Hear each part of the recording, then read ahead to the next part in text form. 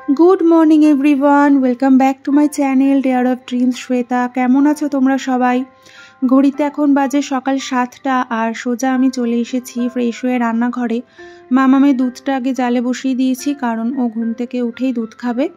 ओर आजके स्कूल आछे, आजके मंगलबार। और ओइदिके देखो आमी चा बसिएछि। आगे दिन बिकेल बेला चा पातिटा शेष हये गेछिलो ताई कौटोटा धुए जल झरानोर जोन्नो रेखे दिएछिलाम। कौटोटा एखन शुकिये गेछे तो चा पाताटा भरे रेखे दिচ্ছি। और এই যে চা পাতাটা এটা তো আমি এখান থেকে আনি না, কলকাতা থেকেই আনা হয়। তো এখন ভাবছি বাড়িতে একটা ফোন করে দেব, যখন মা বা বোন কেউ আসবে আবার চা পাতা সাথে করে নিয়ে আসবে। মানে আমার একটা বাজে অভ্যেস হয়ে গেছে বলতে পারো, যেহেতু আমি লিকার চা খাই তাই জন্য ওই চা পাতাটা ছাড়া না আমার খুব একটা ভালো লাগে না খেতে। তো কিছু করার নেই। তো যাই হোক এখন একটু ঢেকে রাখতে হবে।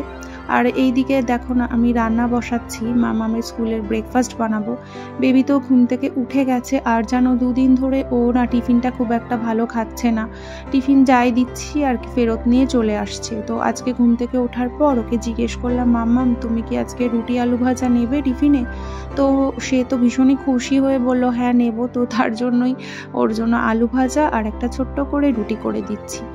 যদিও আমি কখনোই এরকমভাবে রুটি আলু ভাজা খুব একটা ওকে দিই না, কারণ বাচ্চা মানুষ খেতে পারবে কি পারবে না। কিন্তু আজকে যখন ও বলল নিয়ে যাবে তো আমিও খুশি খুশি হয়ে ওকে রুটি আলু ভাজা দিয়ে দিচ্ছি। বাচ্চা মানুষ তো সবসময় একরকম একঘেয়ে টিফিন ভালো লাগে না, দেখা যাক এটা খায় কি না। আর আমাদের জন্য আসলে আজকে ব্রেকফাস্টে রুটি হবে, কিন্তু তার সাথে হবে কাবলি ছোলা তরকারি।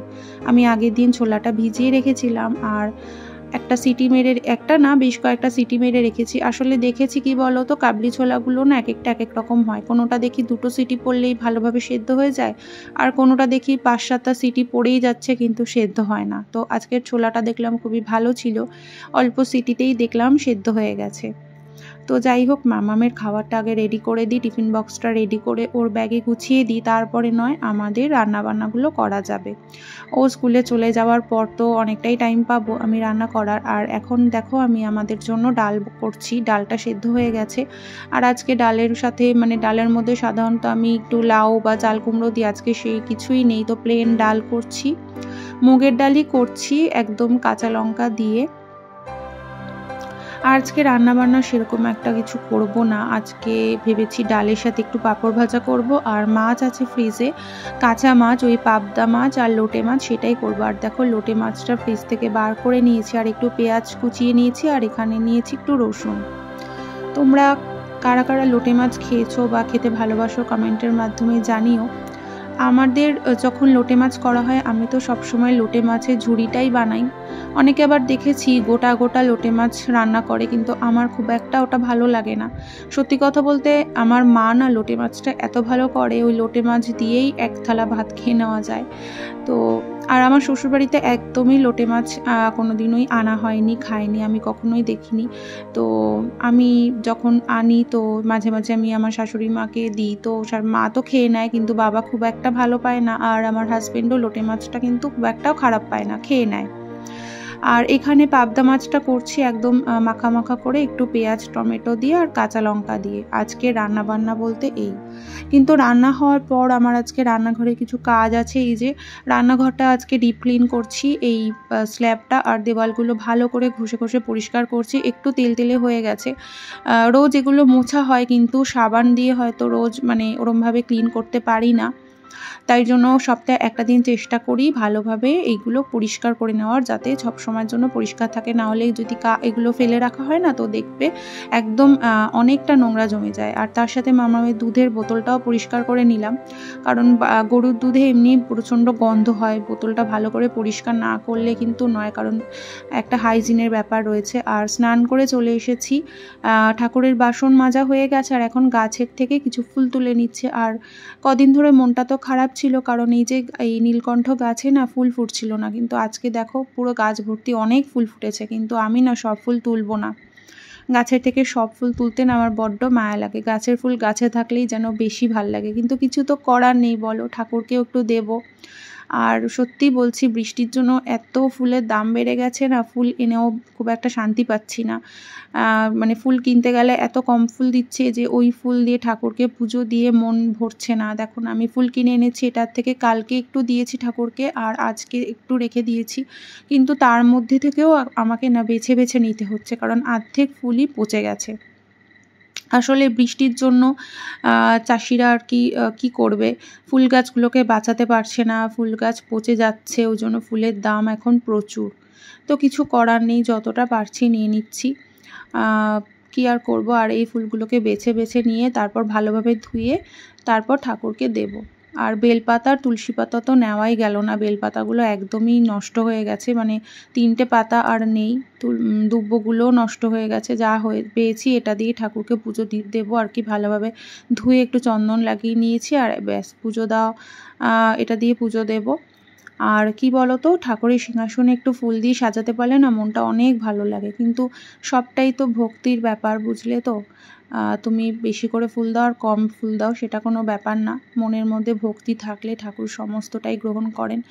আর আজকে এই যে নীলকণ্ঠ ফুলটা ফুটেছে বলে আমার এত খুশি লাগছে যে ঠাকুরকে একটু দিতে পারছি। আসলে কি বলো তো, নিজের গাছের জিনিসের একটা আলাদাই মানে মায়া।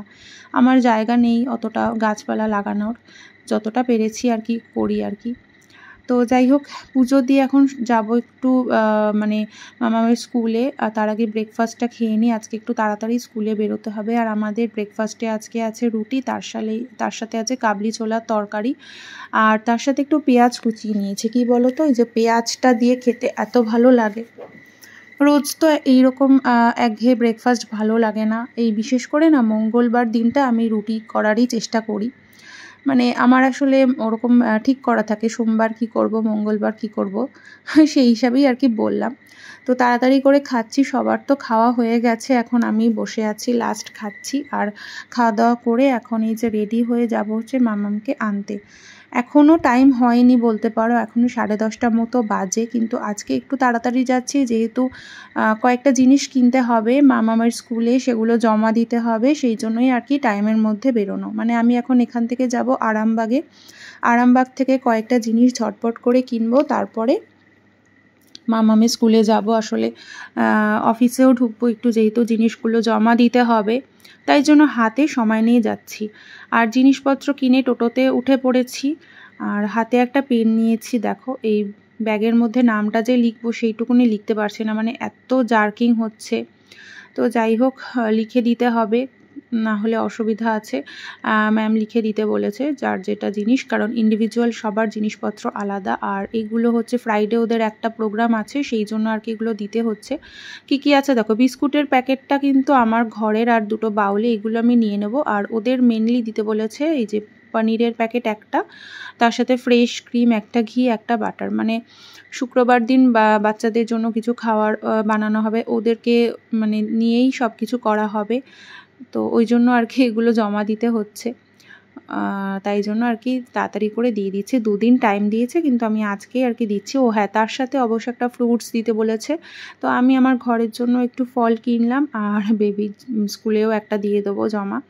আর আমি চলে এসেছি মামাবের স্কুলে, আর এখনও দেখো টাইম হয়নি, আমি একটু ওয়েট করব, তারপর ওকে নিয়ে সোজা বাড়ি চলে যাব। আর বাড়িতে এসেও প্রচুর কাজ, আজকে না একদম বসার টাইম পাইনি বলতে পারো। আজকে মানে অনেকটা কাজ ছিল। অন্যদিন কি হয়, আসলে সব দিন তো সমান হয় না, কখনো কাজ কম থাকে, কখনো বেশি থাকে। আজকে এতটাই কাজের চাপ ছিল যে আমি সকালবেলায় বেড কাভারগুলো পাততে পারিনি। এই ঘরের যে বেড কাভার সেগুলো ধোয়া হয়েছে, আগের দিন ওই ঘরেরগুলো ধোয়া হয়েছে, আজকে এইগুলো। তো এখন 12:30 বাজে, আমি এখন বেড কাভার পাতার সময় পেয়েছি, কারণ বেবির পাপাও এই রুমে বসে কাজ করছিল, তাই ওকে আমি আর ডিস্টার্ব করিনি।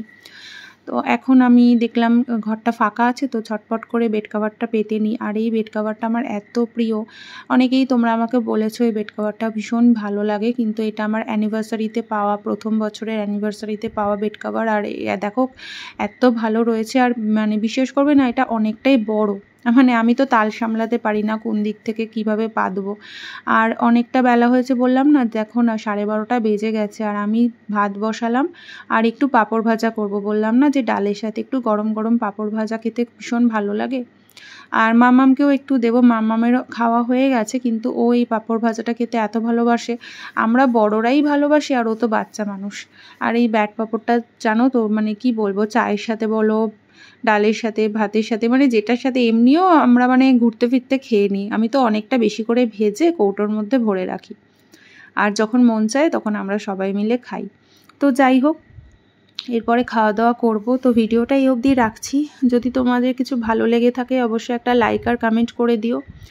আর আমার চ্যানেলটাকে এখনও যারা সাবস্ক্রাইব করোনি, প্লিজ সাবস্ক্রাইব করে একটু পাশে থেকো। আবার তোমাদের সাথে দেখা হবে অন্য কোনো নতুন ভিডিওতে। সবাই ভালো থাকবে, সুস্থ থাকবে, টাটা।